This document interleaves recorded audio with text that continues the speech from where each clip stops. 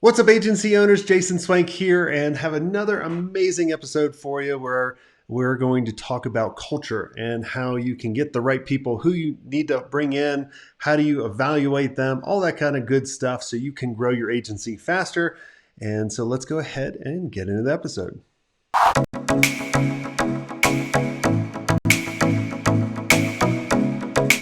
Hey, Ted, welcome to the show. I got you with the water. You did. That was so fast. Thank you. It's a pleasure to be here. Huge fan. Really have been inspired by your work and your network, and just a real honor to be on the show. Awesome. Well, what tell us a little bit about who you are and what your agency actually does. So I've spent most of my life leading in nonprofit circles, leading teams of creatives. Started an agency with my business partner Mark Miller about 8 years ago called Historic.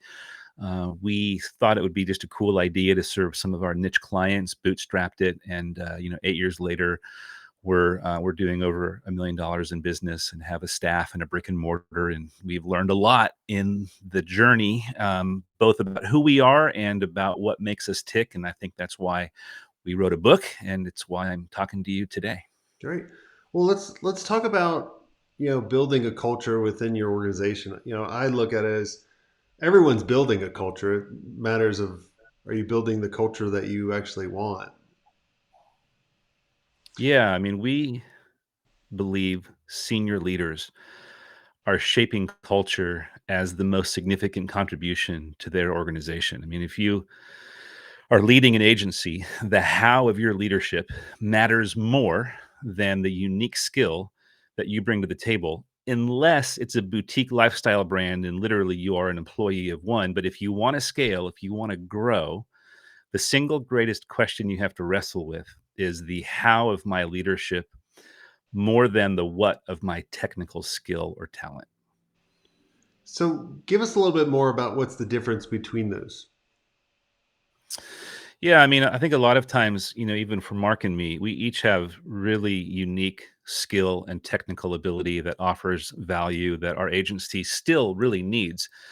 But as we've taken on staff and as we've grown and as we've had to empower our staff, the company culture that we shape and that we lead becomes our brand in ways our skill and talent alone could never fully embrace. Our brand, the touch points of our brand, our growth, and this will certainly be true if we go beyond, our current, 1 point whatever $1 million mark to 5 million, exponentially becomes the case. Then you go even further and it gets even more important. Your leadership, the decisions that you make, the ways in which you operate become more critical than your technical expertise or unique ability as a designer or as a strategist or as a PR person. Mhm. Now, I've I've had people on that talk about culture, from Zappos, who so many people modeled, what Tony Hsieh and all those guys did. So, what are ways where agencies listening right now? How can you start shaping the culture in order to scale your agency faster? Well, the book that we wrote, Culture Built My Brand, it was really written on the back of our learning. We have sweat a lot of blood, made a ton of mistakes, and I think the idea for us in the book is a marquee culture, and a marquee culture is like that marquee sign. It's that well lit banner that is the forefront. It is the thing that galvanizes and draws attention, attracts great people, keeps great people. So in the book, we talk about a marquee culture having 6 layers or 6 dimensions, and the single most important is the first, which we call principles. What we find often in our own agency, it was true, and the clients that we serve, it's true, and I would assume for many of you listening, it's true.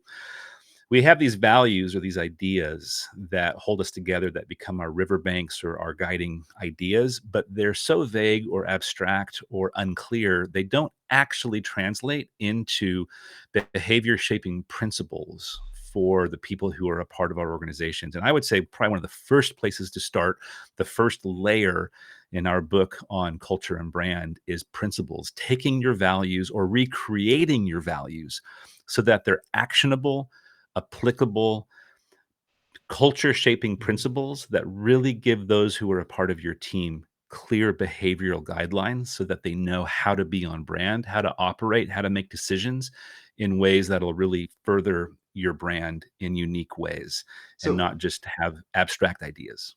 so one of our principles in our culture is really being resourceful. So give us an example of, all right, that's kind of the layer here. How do we take it further?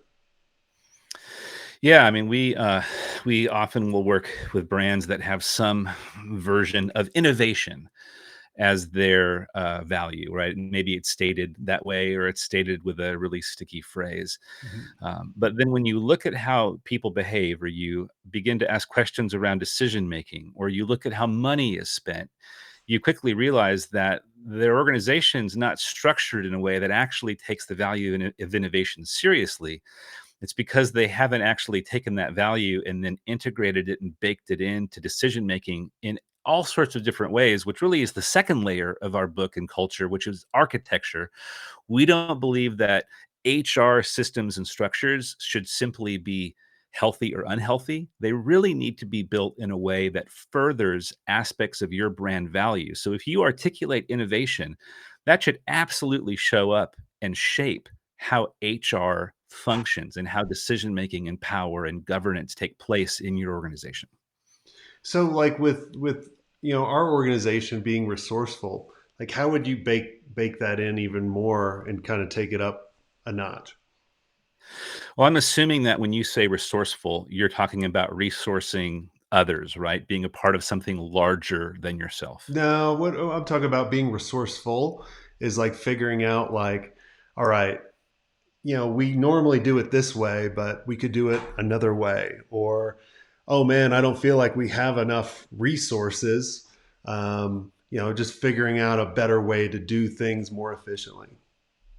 Yeah, I mean, again, I think what's interesting is even, I from the outside hearing that word immediately took it in a different direction. So I think one of the questions that I would have would be when you say resourceful, what are the specific behaviors or ways in which that value translate to how your people lead, behave, are asked to budget, how they solve problems? Mhm. I think there'd be fantastic ways for you to approach problem solving in more bootstrapped, organic, lean ways where you create heroes or you reward people who approach problem solving through resourcefully challenged opportunities versus just throwing money at problems or thinking everybody Mhm. needs to have support staff or but I mean there could be so many different ways that value shapes the brass tacks of your agency. I think it'd be Gotcha. a fun conversation to figure out how you're doing it today. Gotcha. And so, what are the other layers now that we have the principle, and then I think the second was architecture? If I Architecture, yeah. So our principles being the idea that you want your values to be actionable and really shape all sorts of practical aspects of your people's behavior. Architecture being the structures that support your people. We talk a lot about Frank Lloyd Wright and the architecture that he did Mhm. intentionally around the environment he was in. Third layer would be rituals. We talk about the experiences that energize your people, and the best rituals in organizations are those that are organic, not just top down staff retreats or all staff meetings, but those rituals, like we talk a lot about the pumpkin carving contest in the Jet Propulsion Lab in NASA.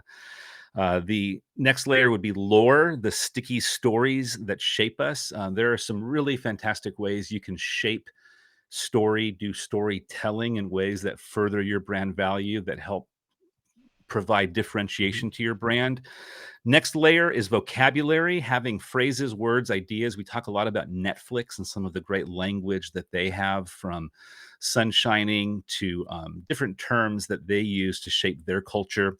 And then the last layer would be artifacts, which are everything from clothes to your physical space to brands that we've worked with that set up unique opportunities for people to have private space and a shared workspace. One brand that has a football field, a mini version of a football field in their environment because they have a value of leaving it all on the field.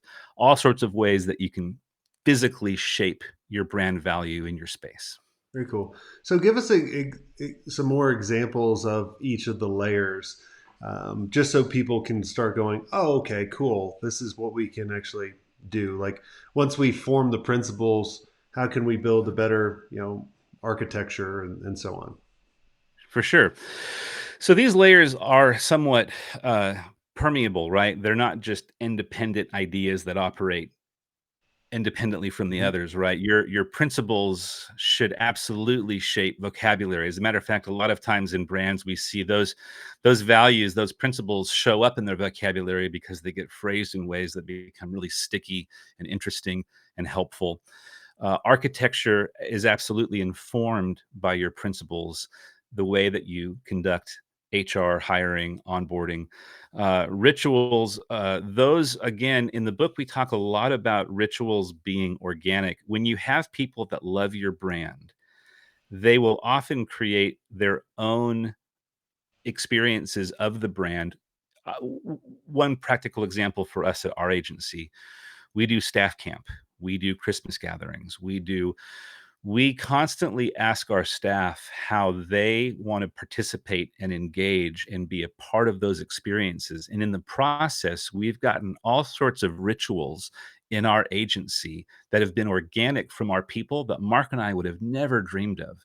From cool patches and stickers and badges that have been developed in previous years that continue on to this day, Hmm. to other activities and games and things that operate within our agency. Another great example is we had a member of our staff want to do a music club, right? That's a great example of a ritual. We're like, a music club. Awesome. Why not? That's become such a significant part of our agency that any new staff person is given a Sonos speaker so that no matter where they are in the US, they can be a part of music club, be on Spotify, be a part of this experience. It's a way that we want to honor that because it's been become such an important ritual within our organization. And we have no formal authority over Music Club. It's just an organic thing that our Hmm. people develop that's become a key part of their, I think they would say, a key part of their positive, satisfactory experience of working with us. So are rituals more kind of like experiences, and then like architecture is more like systems and 100%. okay. Yeah, I mean, you think about architecture, right? Like, no architect designs a home and simply says, well, it's safe, it's stable, the plumbing works, you're good. That's not an architect, right? An Mhm. architect is very, very interested in the design and shape of that structure, matching its external and internal audience and environment and needs. It's not just safe or not safe. There are so many other dimensions to Mhm. architecture. We think HR, the systems that support your people, should be the same way. You know, a lot of agencies, when we were a young agency, and even today, we cannot comp like 52 and or 72 and Sunny, not 52, 72 and Sunny, or name the agency, right, that has Mhm. fantastic compensation plans. But there are so many different ways that you can do comp. One for us, one of our architecture branded ideas at Historic is travel pizza. What is travel pizza? Anytime somebody on our staff has to be gone overnight, we provide a $50 stipend for meals for their family. It can be Uber Eats, it can be pizza, it can be whatever you want it to be.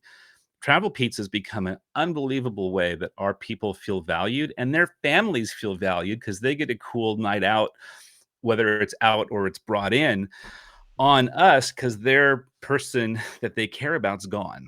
I like that. Lots of other ways to do compensation, to structure, to architect compensation that deliver unique value through your agency that go way beyond annual salary. Yeah, I like that. What's after? Remind me what's after ritual, and let's talk Oh, no about problem. I know examples. it's there's a lot and it can be complex. So the layers of culture, somewhat in a linear order, would be principles, architecture, rituals, and then lore. Lore being those sticky stories, right? Every Okay, brand that we've been a part of, I've been on staff at, has had those stories that echo through the hallways. so And often they're incredibly toxic. so would that be like what a story? This happened at our agency where we were sent these lounge chairs that were double sided, and they sent it like 10 of them from China in these boxes with all these packing popcorn. Well, when we opened the boxes up, we had so much packing popcorn, it literally went down a hallway. And so we were like, let's keep it. We literally kept it until we sold the office. There was a whole hallway of packing popcorn that you could run and jump and do flips in and lose articles of clothing. So is that like a lure? Well, that sounds like an amazing ritual, but I would say the minute you cleaned up that popcorn, I believe that was probably an incredible story, a lore that is a positive example of how your agency describes its culture through story. And if I'm you, Jason, I want that story to continue echoing through the halls. I want new Oh, staff to be told that story when they're onboarded because that says something about who we are, what we value, how we behave. That goes way beyond any yeah, HR manual or onboarding. That is a great example of lore. yeah. A great example of toxic lore would be when I got hired as a C-suite leader in a nonprofit. And the second day in, I was told by one of my colleagues, you're just a plane flight away from losing your job. And I was like, huh, tell me more. He's like, well, the person that you're replacing was hired when the CEO sat next to them on a plane. And before the plane landed, they were hired on staff and a negotiated salary. So just remember, if he sits next to somebody who does your job better than you, well, now that story had existed for years in the hallways of this organization. I, dumb enough, thought, I'm going to ask the CEO about that. So I brought it to the CEO and said, hey, I heard this crazy story. Is that true? He's like, well, it's kind of true, not really true, but who told you the story? I was like, well, this is where I heard it in multiple places. But he's like, you heard it in multiple places? Like, yeah, a lot of people told me the same story. Point being, that negative story, toxic story, shaping this leader's culture had been told for years, and he had never heard it. Yeah. The idea here is the more senior you are in the brand that you lead, the more self-deluded you probably are as well. The more people are saying things about you or about the brand that you don't know about just by nature of your power and position. It's incredible how often senior leaders and brands we serve are clueless about stuff multiple people on the ground talk about and say on the routine. Oh yeah, yeah. And one of the things, just going back to that story that I'm thinking about now, is the only time we cleaned up that popcorn was to put all of that in my VP of operations sunroof in his car. And we filled up his whole car. So when he came out to his car, it just literally went. I mean, to me, that's the epilogue. That's the story. The story lives on. There's layers to the story, right? I Yeah. mean, I would say, like, Jason, that's a great example of how a story could very well create a sticky idea, vocabulary, which is the next layer, and that sticky phrase becomes a principle that now, right, this is how these layers work together. Sometimes principles create stories that create rituals.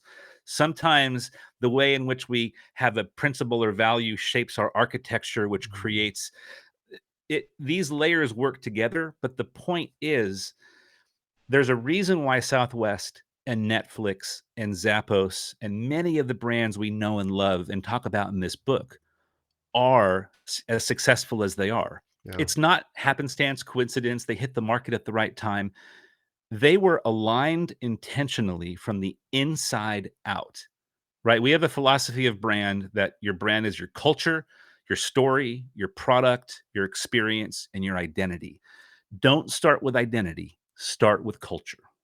Yeah. I like Brand that. alignment from the inside out is always far more sustainable and effective and long lasting and has far less drama than starting with identity. I love that. Well, this has all been amazing, Ted. Is there anything I didn't ask you that you think would benefit the audience? Well, you can't talk about company culture and brand and agency life without addressing power. I think maybe one of the tangential elements to this conversation today has been the dynamic of power. And I think anybody listening who's a leader or being led understands that power is a thing. I would say that one of the biggest gaps that we experience in company culture are leaders who fail to understand the reality of their power and build bridges over that power to the people they lead so that they can actually get the truth. They can actually be told that toxic lore. They can actually be given feedback on how to reshape their HR systems or their values. It's amazing how, again, self-deluded senior leaders are because of the power gap and their failure to build a bridge over that power. I would just challenge all of your listeners, if you have power of any form, be aware of it and build a bridge over it for the purpose of shaping a healthy company culture. I love it. And what's the name of the book and where can they get that? Yeah, the book is Culture Built My Brand. Originally, we wanted to call it Culture Ate My Brand, but the publisher thought that was a little too negative, so they scratched it out, and we have built. You can get it at any bookseller near you, from Amazon to Barnes and Noble. To They just started shipping. We had some, you know, shipping related challenges, as I'm sure everybody's experienced. But you can also visit culturebuiltmybrand.com to get access to a whole suite of tools that I actually think, as agency owners, you may or may not ever want to take culture seriously as a part of your service group as a brand. But I guarantee you, if you apply some of the thoughts and ideas we have either to your agency or to how you serve clients, it'll make you a better agency. So take advantage of these tools, culturebuiltmybrand.com, and then our agency is just historic agency. Awesome. Well, Ted, thanks so much for coming on the show. And if you guys enjoyed this episode, make sure you guys subscribe, make sure you like it, comment, and share it with a friend. And if you guys want to be around other amazing agency owners sharing what's working and be able to see the things that you might not be able to see, I'd love to invite all of you to go to digitalagencyelite.com. This is our exclusive mastermind just for experienced agency owners that are trying to just grow faster, have a lot of fun, and just build an amazing culture. So thanks so much. And until next time, have a swank day.